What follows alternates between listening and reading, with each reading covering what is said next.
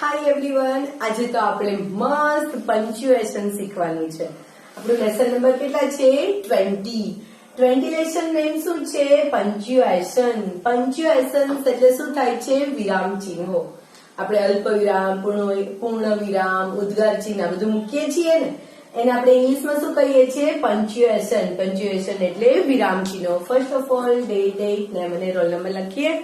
Yes, આપણે જે કોઈ કામ કરીએ છીએ એ ડેટ સાથે કરીએ અને આપણા નામ સાથે કરીએ તો આપણને ખ્યાલ આવે કે આપણે કયું કામ કયા દિવસે કરેલું. બરાબર ને ફ્રેન્ડ? યસ. લેસન નંબર 20 શું છે? પંચ્યુએશન. પંચ્યુએશન એટલે વિરામ ચિહ્નો. તો ચલો ડીપલી જોઈએ વિરામ ચિહ્નો શું કહે છે. એ વિરામ ચિહ્નોને ઇંગ્લિશમાં કયા નામથી ઓળખાય છે જોઈ લઈ. યસ, મને ખ્યાલ છે તમને બધાને ક્વેશ્ચન માર્ક અને ફૂલ સ્ટોપ નું ખ્યાલ જ છે. સાથે કોમા એટલે અલ્પ વિરામ એ પણ ખ્યાલ છે. થોડું આગળ શીખી લઈએ. Yes, okay. દે શું છે? વી યુઝ આપણે ઉપયોગમાં લઈએ છીએ, ઉપયોગ કરીએ છીએ. વી use full stop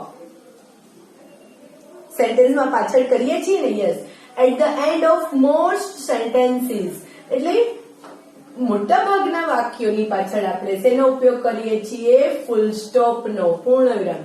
and in એબ્રિવેશન્સ એટલે શું કે છે?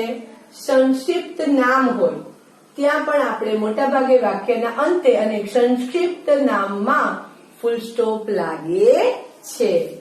બરાબર ને? VIP સંક્ષિપ્ત નામ છે, વેરી ઇમ્પોર્ટન્ટ પર્સન, તો એમાં પણ આપણે ફૂલ સ્ટોપ લગાડીએ છીએ ને. યસ, આપણે STD સ્ટાન્ડર્ડમાં પણ પાછળ ડોટ લગાડીએ છીએ. કેમ? કારણ કે એ એબ્રિવિએશન એટલે સંક્ષિપ્ત નામ છે.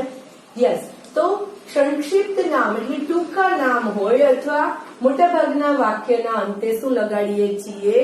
Full stop. અહીંયા મોટા ભાગના કેમ કહ્યું? કારણ કે પ્રશ્નાર્થ વાક્ય હોય તો આપણે પાછળ ફૂલ સ્ટોપ નથી મૂકી શકતા ને, ત્યાં તો પ્રશ્નાર્થ ચિહ્ન મૂકવો પડે છે.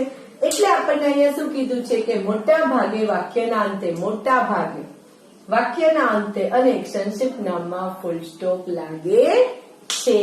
Yes, like this. મિસ્ટર, આખું મિસ્ટર નથી લખવું એટલે MR કરી અને એબ્રિવિએશન કર્યું.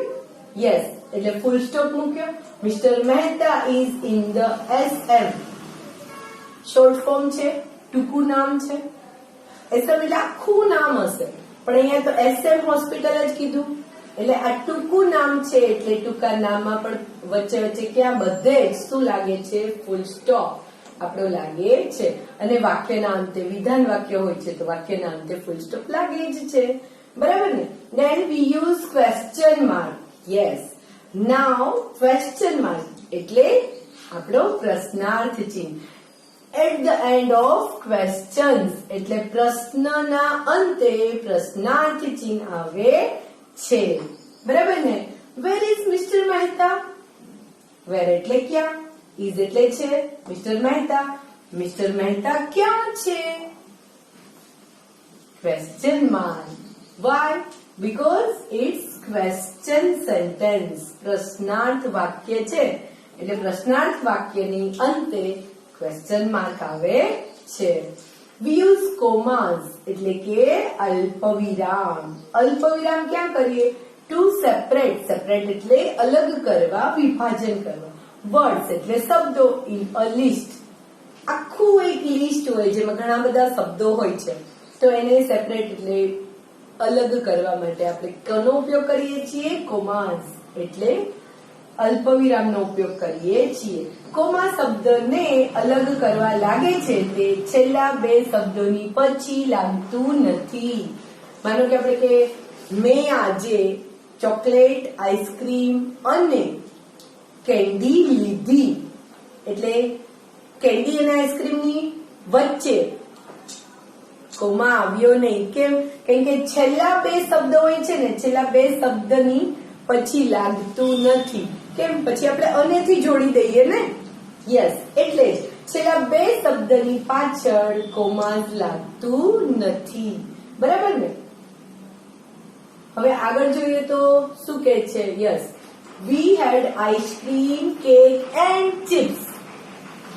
Had એટલે ની પાસે હતું, અમારી પાસે હતું શું? આઈસ્ક્રીમ, કેક અને ચિપ્સ. આઈસ્ક્રીમ અને કેક ની વચ્ચે કોમા લાગ્યું એટલે આ બંને વર્ડ્સ ને સેપરેટ અલગ કર્યા, પણ છેલ્લા બે વર્ડ્સ ની પછી છેલ્લા બે વર્ડ્સ માં પાછળ આવે નહીં કોમા. કેમ? કારણ કે પછી એન વડે જોડાય છે શબ્દો. બરાબર છે ને? ખ્યાલ આવે છે ને? Yes. We had ice cream, cake and chips. Then we use apostrophe to indicate એટલે દર્શાવવું, missing letters એટલે અમુક ખૂટતા મૂળાક્ષર, and to show possession. શું કહે છે? apostrophe ટીકુરૂપ કે માલિકી દર્શાવવા લાગે છે. આ શું છે? શોર્ટ ફોર્મ છે. do not નું શું થયું? don't touch. મીનાઝ બુક્સ છે, પણ એ બુક્સ કોની છે? તો કે મીનાની, એટલે મીનાની ચોપડીઓ. એટલે આ અપોસ્ટ્રોફી એસ છે એ શું દર્શાવે છે? માલિકી દર્શાવે છે. જ્યારે અહીંયા જે આ અપોસ્ટ્રોફી છે એન અને ટી ની વચ્ચે એ શું દર્શાવે છે? ટૂંકુરૂપ. કોનું? તો કે ડુ નોટ નું ટૂંકુરૂપ ડોન્ટ. અને મીનાઝ અહીંયા અપોસ્ટ્રોફી એસ છે એ શું છે? માલિકી દર્શાવવા માટે લાગેલું છે. હવે આગળ જોઈએ. અહીં ડોન્ટ એ ડુ નોટ નું ટૂંકુરૂપ અને મીનાઝ એ મીનાની બુક, મીનાની ચોપડી, માલિકી દર્શક પોતાની છે એવી બાબત અહીં આવે છે. નાઉ નેક્સ્ટ આપણે જોઈએ તો શું છે? ફિફ્થ, વી યુઝ કેપિટલ લેટર્સ. આપણે કેપિટલ લેટર નો ઉપયોગ કરીએ છીએ ટુ બિગન સેન્ટેન્સીસ. સેન્ટેન્સ કોઈ પણ હોય, વિધાન વાક્ય, સિમ્પલ સેન્ટેન્સ હોય, ક્વેશ્ચન સેન્ટેન્સ હોય, કોઈ પણ સેન્ટેન્સ હોય, વાક્યની શરૂઆત હંમેશા ક્યાંથી થાય છે? કેપિટલ લેટર્સ થી. આ તો આપણે ફર્સ્ટ સ્ટાન્ડર્ડ થી શીખતા આવ્યા છીએ ને? Yes. We use capital letters to begin sentences for proper noun. આ પણ પહેલા જ સ્ટાન્ડર્ડમાં તમારે આવે છે પ્રોપર નાઉન. કોઈ એક વ્યક્તિ, વસ્તુ, પ્રાણી કે જગ્યા માટે વપરાતું ખાસ નામ એટલે કે proper noun.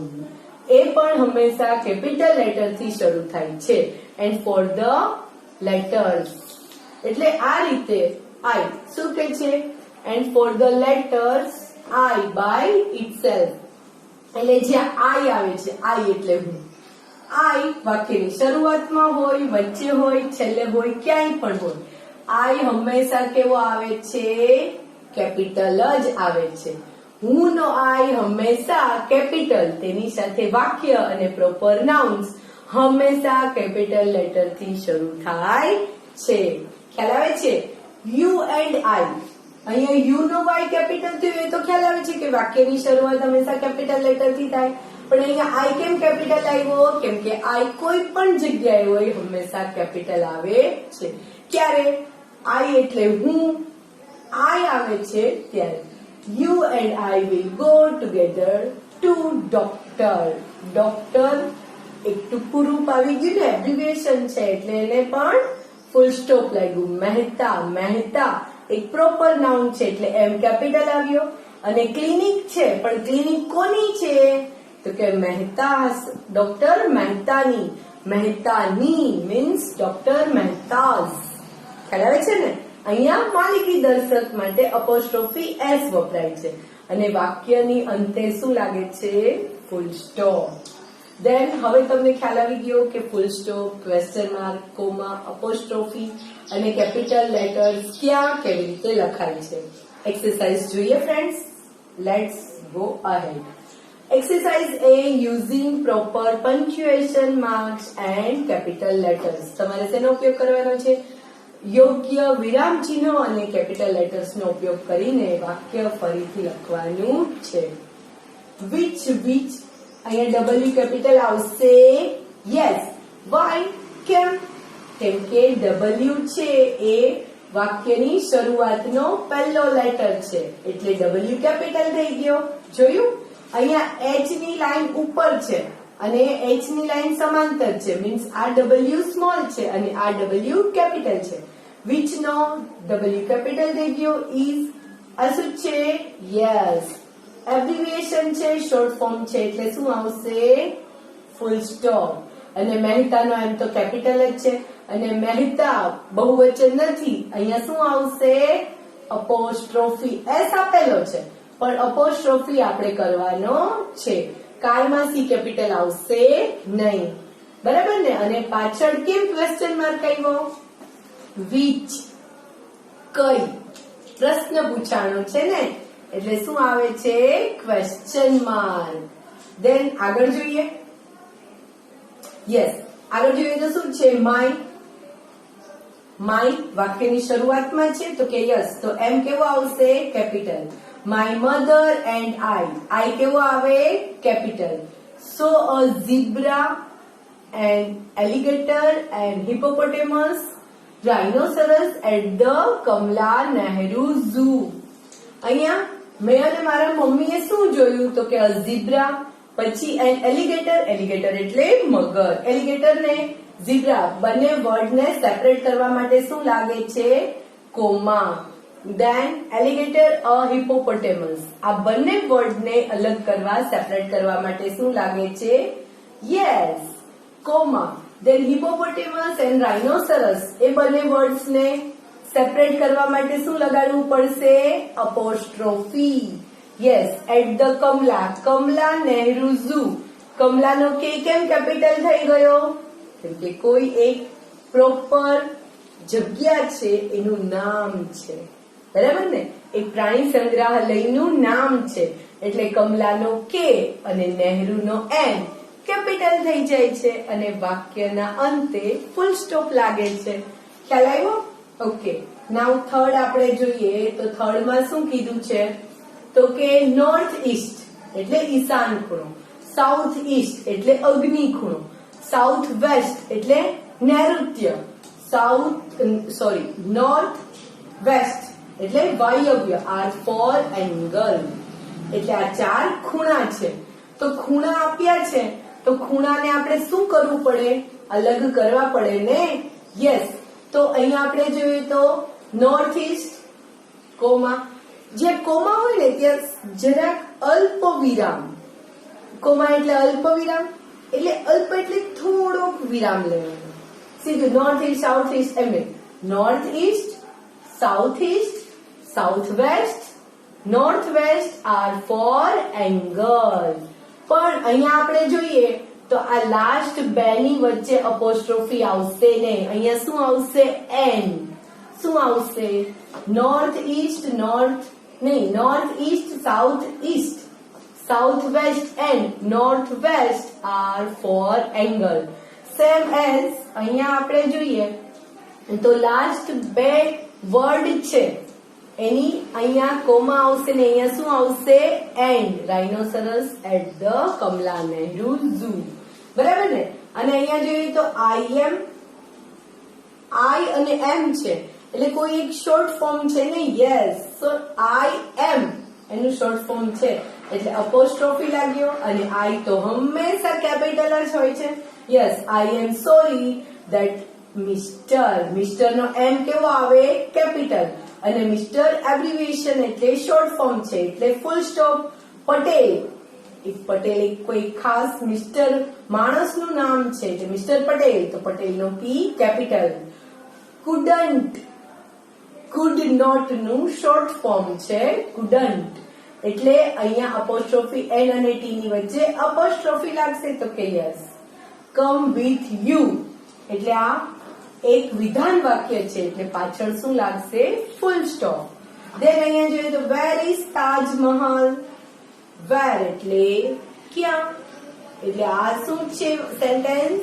Yes, question sentence. Then put last question marks.